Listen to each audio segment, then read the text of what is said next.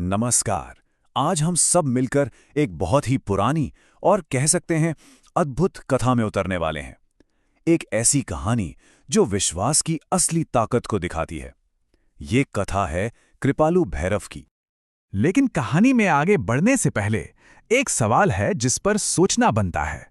सोचिए, जब चारों तरफ घना अंधेरा हो, उम्मीद की कोई भी किरण ना दिख रही हो, तो उस वक्त सच्ची श्रद्धा आखिर क्या कर सकती है?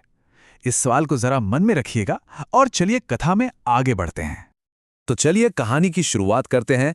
ये कथा हमें भैरव के एक बहुत ही खास रूप से मिलवाने वाली है। तो इस कहानी के जो केंद्र में है वो है कृपालु भैरव।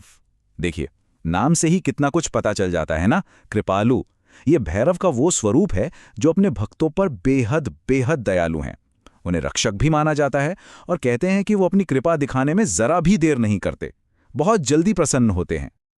अब वक्त है इस कहानी के नायक से मिलने का और ये देखने का कि कैसे उनकी जो अटूट श्रद्धा थी उसे कितनी बड़ी चुनौतियों का सामना करना पड़ा। तो देखिए, एक तरफ थे धवला, एक गरीब ब्राह्मण, इतने गरीब कि गुजारा मुश्किल था। फिर भी हर रोज बिना नागा मंदिर में दीप जलाकर अपनी आस्था जताते थे। और फिर दूसरी तरफ थे गांव वाले जो उनका मजाक उड़ाते थे, कहते थे, अरे भैरव, तेरी क्या मदद करेंगे, पूजा से पेट नहीं भरता। तो ये एक तरह से उनकी अटूट श्रद्धा और दुनिया के तानों के बीच का सीधा संघर्ष था। लेकिन जानते हैं, इन सब तानों का धवला पर कोई असर नहीं होता था, जरा भी नहीं। उनका विश्वास एकदम अडिग था। वो हमेशा सबसे यही कहते थे, मेरे भैरव कृपालु हैं और मुझे पूरा यकीन है एक दिन वो मेरी रक्षा अवश्य करेंगे। ये सिर्फ कहने की बात नहीं थी, ये तो जैसे उनकी आत्मा की आवाज थी। और फिर वो रात आई, एक ऐसी रात जिसने देवला के विश्वास की सबसे बड़ी, सबसे कठिन परीक्षा ली। यहां से कहानी का माहौल अब बहुत तेजी से बदलने वाला है। हुआ ये कि उस रात गांव में डाकुओं का एक खूंखार गिरोह आ धमका। वो घर घर में घुसकर लूटपाट मचा रहे थे और पूरा का पूरा गांव डर के मारे कांप रहा था। हर तरफ बस दहशत का माहौल था। और फिर वो डाकू धवला की छोटी सी झोपड़ी तक आ पहुंचे। अब सोचिए, उस वक्त डर से कांपते हुए धवला ने किसी और से नहीं बल्कि सिर्फ और सिर्फ अपने भैरव से मदद मांगी। उन्होंने सब कुछ उन पर छोड़ दिया, पूरी तरह से समर्पण कर दिया और प्रार्थना की, हे कृपालु भैरव, आप ही मेरे पालक हो, रक्षा कीजिए। और बस यहीं से इस कथा का सबसे चमत्कारी हिस्सा शुरू होता है। वो पल जब एक भक्त की सच्ची पुकार सुनी गई। जैसे ही डाकुओं ने झोपड़ी का दरवाजा तोड़ने की कोशिश की, अचानक एक ऐसी आवाज गूंजी जिसने आसमान को भी कंपा दिया हो। एक शक्तिशाली आवाज, ठहरो!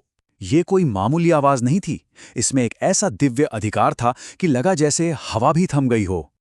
डाकुओं ने पलटकर जो देखा उस पर यकीन करना नामुमकिन था।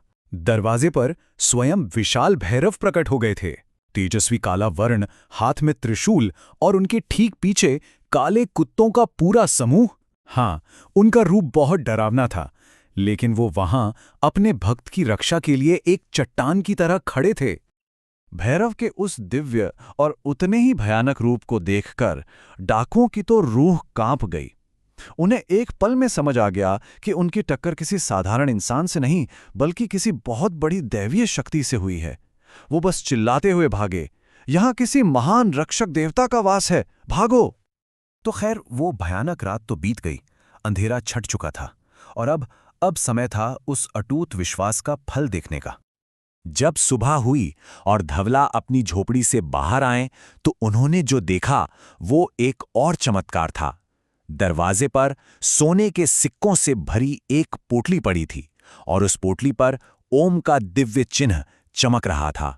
मतलब कृपालु भैरव ने ना सिर्फ उनकी जान बचाई बल्कि उनकी गरीबी को भी हमेशा हमेशा के लिए दूर कर दिया। तो फिर इस पूरी कथा का सार क्या है? इससे हमें क्या सीखने को मिलता है? सबसे पहली बात, सच्ची और निस्वार्थ श्रद्धा कभी भी व्यर्थ नहीं जाती। दूसरी बात, ये कहानी दिखाती है कि भैरव अपने भक्त की एक छोटी सी पुकार पर भी फौरन मदद के लिए आ पहुंचते हैं और वो सिर्फ रक्षा ही नहीं करते बल्कि जीवन में समृद्धि और शांति भी लाते हैं। और आखिर में हम घूम फिरकर उसी सवाल पर वापस आते हैं जिससे हमने ये सफ़र शुरू किया था। ये कहानी हम सबको सोचने पर मजबूर करती है कि जब जिंदगी हमारी सबसे बड़ी परीक्षा लेती है, उस एक मुश्किल क्षण में विश्वास की क्या भूमिका होती है। ये एक ऐसा सवाल है जिसका जवाब शायद हम सबको अपने अंदर ही खोजना है।